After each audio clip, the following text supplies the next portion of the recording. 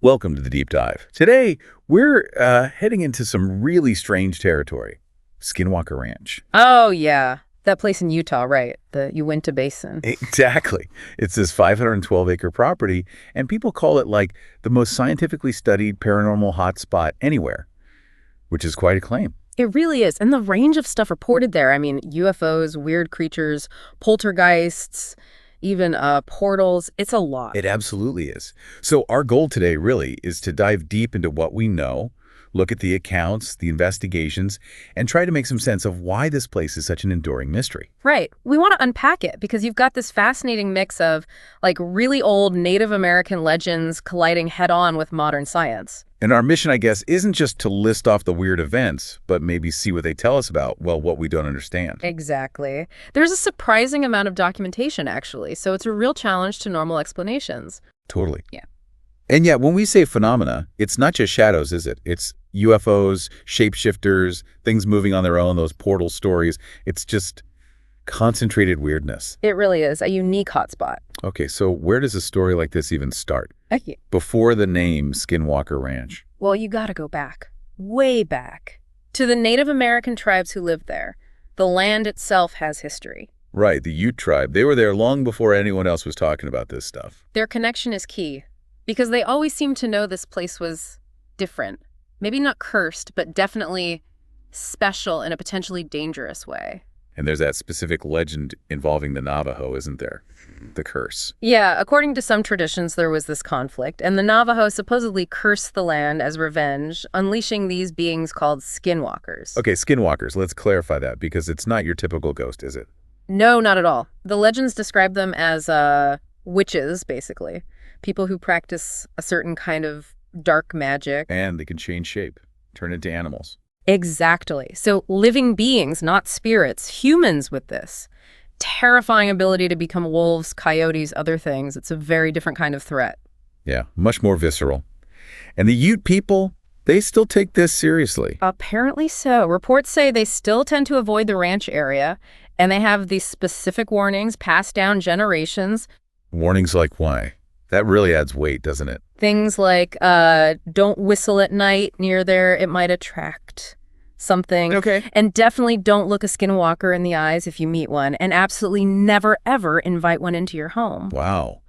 These are just old wives' tales to them then. It's ingrained caution. Seems that way. A deep understanding of perceived danger on that land. It really sets a scene, doesn't it? For years, you can imagine people hearing these stories and thinking, okay, folklore. Right. Just stories. But then you get to the modern era, and the Sherman family buys the place, and suddenly those warnings maybe don't seem so easy to just brush off. Exactly. Terry and Gwen Sherman, they're the ones who really brought it to public attention. They bought it in '94, just wanted to raise cattle.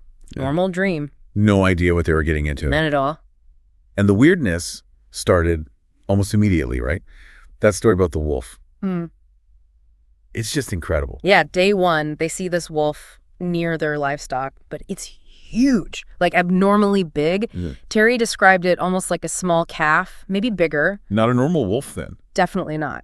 So Terry grabs a rifle, shoots it, hits it, sees the impact, shoots again, multiple times. Yeah, And the wolf, it barely reacts, maybe stumbles a bit, but shows no real pain. Then it just calmly walks off into the brush. Okay, that's already bizarre, but Start to then... go look for it. No blood, no tracks, nothing. It just vanished after taking multiple rifle rounds. Right off the bat, something is deeply wrong. And that was just the start for them. Oh, yeah. That kicked off 2 years of just unrelenting high strangeness. A nightmare, really. What else did they experience? It sounds like it escalated quickly. Well, there were the cattle mutilations, gruesome stuff. Animals found dead, specific organs removed with almost surgical precision.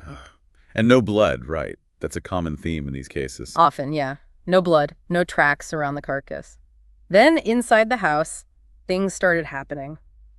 Objects moving on their own, doors opening and closing, classic poltergeist activity. So it wasn't just outside, it followed them in. Seems like it. They reported seeing strange lights, orbs, sometimes described as portals opening up in the sky, and maybe the worst part, shadowy figures seen near their kids. Oh, that's terrifying, stalking their children. That's what they reported. You can imagine the fear, constant gnawing fear. Yeah, no kidding. It's totally understandable they sold the place. Who could live like that? Right. They just wanted out. But the person who bought it wasn't just looking for cheap land. No, this is where Robert Bigelow comes in, the aerospace billionaire with an interest in the unusual. Exactly. He bought the ranch in 1996 specifically because of the stories. He wanted to study it scientifically. Which is a major shift, right? From frightened ranchers to a funded scientific investigation. He set up NIDS? Yep, the National Institute for Discovery Science. He put together a serious team, PhD scientists, engineers, ex-military, former intelligence officers. Quite the lineup. What was their plan? To observe, measure, document. They brought in tons of equipment cameras, sensors for radiation, magnetic fields, infrared, everything, round-the-clock surveillance, trying to capture hard data. And did they get hard data? Yeah. Or just more strangeness? Both, really. They documented a lot. Flying orbs, for instance. Some reports said these orbs could somehow induce paralysis in observers. Paralyze them? How? Unclear. Some kind of field effect, maybe. They also witnessed animals being mutilated incredibly fast, almost instantaneously in some accounts. Instantaneously. That's impossible. Seems like it. And reports of invisible forces causing physical harm, like radiation burns on researchers. Invisible forces. Okay, now we're really pushing boundaries. And those portal stories persisted. The NIDS team also reported seeing things that looked like openings, with unknown entities sometimes emerging. Entities? Like what? What do they look like? Descriptions vary, sometimes shadowy figures, sometimes things harder to describe. The key thing is the sense of something coming through from somewhere else. This sounds like an incredibly stressful environment for the scientists. Oh, absolutely. Equipment constantly malfunctioning in weird ways, batteries draining instantly, cameras failing at crucial moments. Convenient failures. Right. And beyond the technical issues, there was the psychological toll.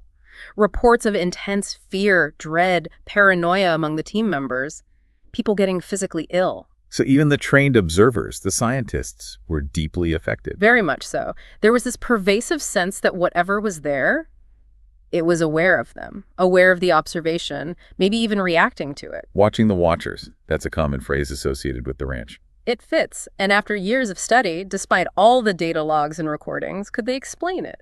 Well, they didn't come up with a neat, tidy answer, if that's what you mean. But some of the scientists involved reportedly concluded they were dealing with something, quote, non-human, non-understandable, and non-containable. That's a pretty stark conclusion from a scientific team. It really is. It basically says, our current science can't handle this. It challenges that core idea that everything can eventually be understood and controlled. Which is maybe why Bigelow eventually stopped the NIDS research there, or at least wound it down. The phenomena seemed intractable. But just because NIDS left doesn't mean the interest stopped, because then we find out the government was involved. Right. This came out later, through declassified documents and reporting. The Defense Intelligence Agency, the DIA, actually funded a program called AAWS. AWS-8, Advanced Aerospace Weapons System Application Program. Quite a mouthful. It is. And a key focus of AWSA reportedly was Skinwalker Ranch. So the U.S. military intelligence apparatus was actively studying this place, not just Bigelow's private venture. Correct. They were pouring taxpayer money into figuring out what was going on there. Why? What were they hoping to achieve? Threat assessment. That seems to be the main stated goal. Assess if these phenomena, whatever they were, posed a threat. And perhaps more chillingly, could they be weaponized? Weaponized? That adds a whole other layer. Like, could they harness whatever energy or technology was behind this? That seems to have been on the table, yes. The fact that they were even considering weaponization tells you how seriously they took it. And Senator Harry Reid confirmed this program existed, didn't he? He did. He was instrumental in getting it funded, actually. He famously said, "Something is happening out there that cannot be explained." Coming from a high-ranking senator, that carried weight. Definitely. Significant government money, serious investigation. It wasn't just fringe stuff anymore. No, it was being looked at very high levels. Which brings us more or less up to date. After Bigelow, the ranch changed hands again to Brendan Fugel. Yeah, the current owner. A Utah businessman. And his approach has been quite different, much more public. Right, he allows filming there, the show, The Secret of Skinwalker Ranch. Exactly. He's brought in new teams, different technology, and they're documenting ongoing stuff. It seems the activity didn't stop. What kind of things are they documenting now? Is it the same old phenomenon? A lot of it sounds familiar, yeah. Unidentified objects tracked on radar and visually, sometimes at extreme altitudes or speeds. Lots of electromagnetic anomalies. GPS going haywire. Phones failing, equipment shutting down inexplicably. That seems very consistent. The interference effect. Right. And still, sadly, occasional unexplained cattle deaths. Plus, there was that really concerning incident with one of the investigators. The one who ended up in the hospital. Yeah, reportedly developed serious medical issues, including brain swelling, after spending time conducting experiments on the property. That suggests a potential physical danger that goes beyond just weird lights. It certainly raises serious safety questions for anyone investigating there. The ranch might not be passively strange, it might be actively dangerous. Okay, so we have decades of these accounts. Legends, ranchers, scientists, the government, current investigators.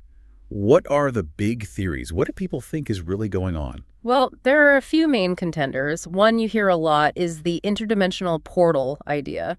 That the ranch is like a doorway, a place where different realities intersect. Sort of, yeah. Maybe the veil between dimensions is thin there, allowing entities or energies from elsewhere to cross over.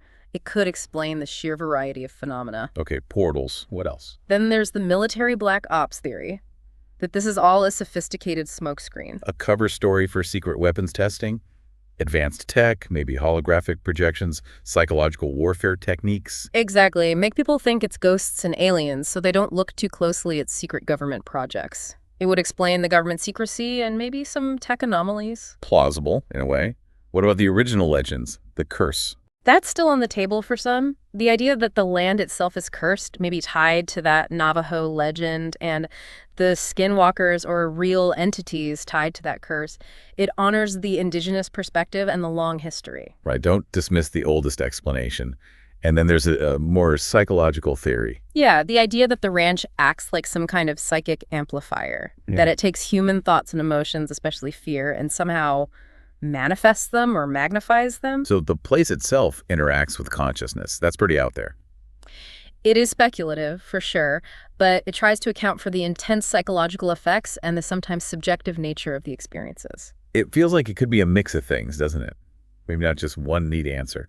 Very possibly. Maybe there's a natural phenomenon, like a portal, that the military is also studying or exploiting, and it also resonates with ancient legends and human psychology. It could be incredibly complex. And whatever it is, it seems to leave a mark on people who get too close.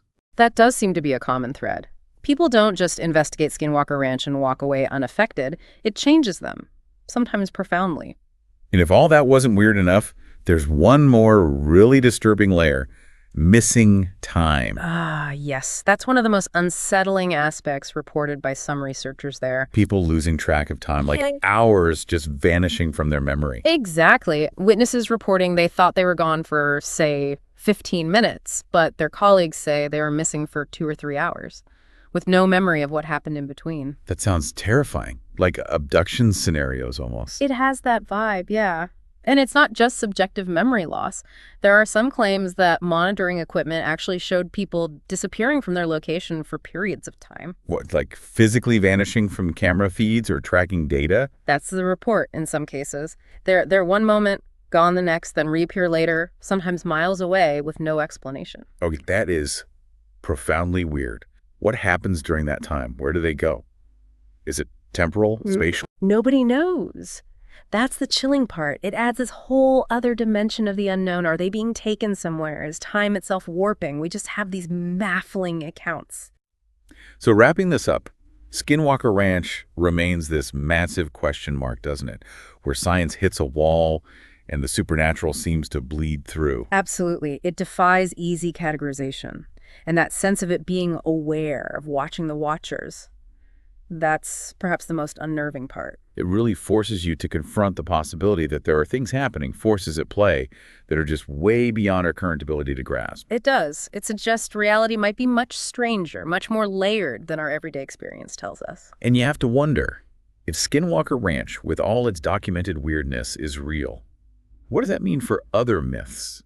Other legends from around the world? Are they all just stories? It definitely makes you think twice, doesn't it? Maybe some of those ancient tales hold more truth than we assume. It's a thought that lingers.